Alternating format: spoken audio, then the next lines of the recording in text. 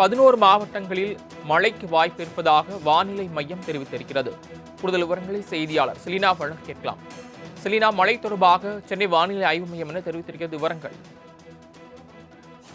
தமிழகத்தில் கோடை மழை என்பது தற்பொழுது வேகமாக பல்வேறு மாவட்டங்களில் பெய்து வரக்கூடிய நிலையில், குறிப்பாக தமிழகத்தை பொறுத்தவரையிலும் கடந்த சில நாட்களாகவே ஒரு சில மாவட்டங்களில் கனமழை என்பது பதிவாகி வருகிறது.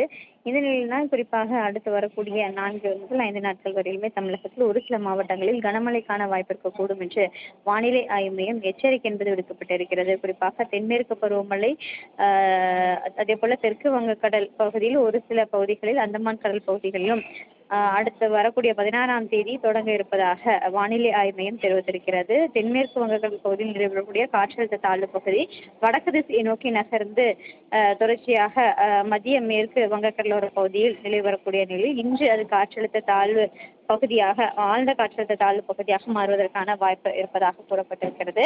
இதனில் தான் தமிழகத்தை பொறுத்தவரையிலும் தொடர்ந்து பல்வேறு மாவட்டங்களில் கனமழை என்பது பதிவாகி வருகிறது. குறிப்பாக அடுத்து வரக்கூடிய 3 மணி நேரத்தை பொறுத்தவரையிலும் கடலூர், மயிலாடுதுறை, நாகப்பட்டினம், தஞ்சாவூர், திருவாரூர் ஆகிய மாவட்டங்கள் மற்றும் காரைக்காலில் இடி மின்னலுடன் கூடிய லேசானது முதல் மிதமான மழைக்கான வாய்ப்பு இருக்கக்கூடும் என்று தெரிவித்திருக்கிறது.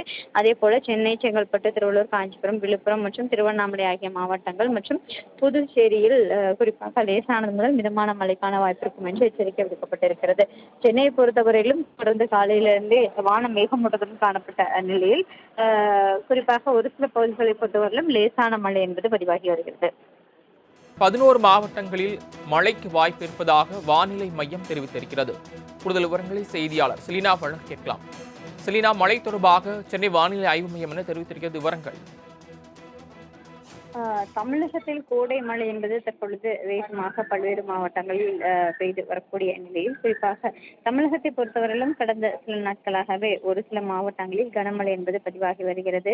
இந்த நிலையில்தான் குறிப்பாக அடுத்து வரக்கூடிய 4 முதல் 5 நாட்கள் வரையிலுமே தமிழகத்தில் ஒரு சில மாவட்டங்களில் கனமழைக்கான வாய்ப்பு இருக்கக்கூடும் என்று வானிலை ஆய்வு மையம் எச்சரிக்கை என்பது விடுக்கப்பட்டிருக்கிறது. குறிப்பாக தென்மேற்கு பருவமழை, அதே போல தெற்கு வங்கக்கடல் பகுதியில் ஒரு சில பகுதிகளில், அந்தமான் கடல் பகுதிகளிலும் அடுத்து வரக்கூடிய 16ஆம் தேதி தொடங்க இருப்பதாக வானிலை ஆய்வு மையம் தெரிவித்திருக்கிறது. தென்மேற்கு வங்கக்கடல் பகுதியில் நிலவக்கூடிய காற்றழுத்த தாழ்வு பகுதி வடக்கு திசையை நோக்கி நகர்ந்து தொடர்ச்சியாக மத்திய மேற்கு வங்கக்கடலோர பகுதியில் நிலை வரக்கூடிய நிலையில் இன்று அது காற்றழுத்த தாழ்வு பகுதியாக, ஆழ்ந்த காற்றழுத்த தாழ்வு பகுதியாக மாறுவதற்கான வாய்ப்பு இருப்பதாக கூறப்பட்டிருக்கிறது.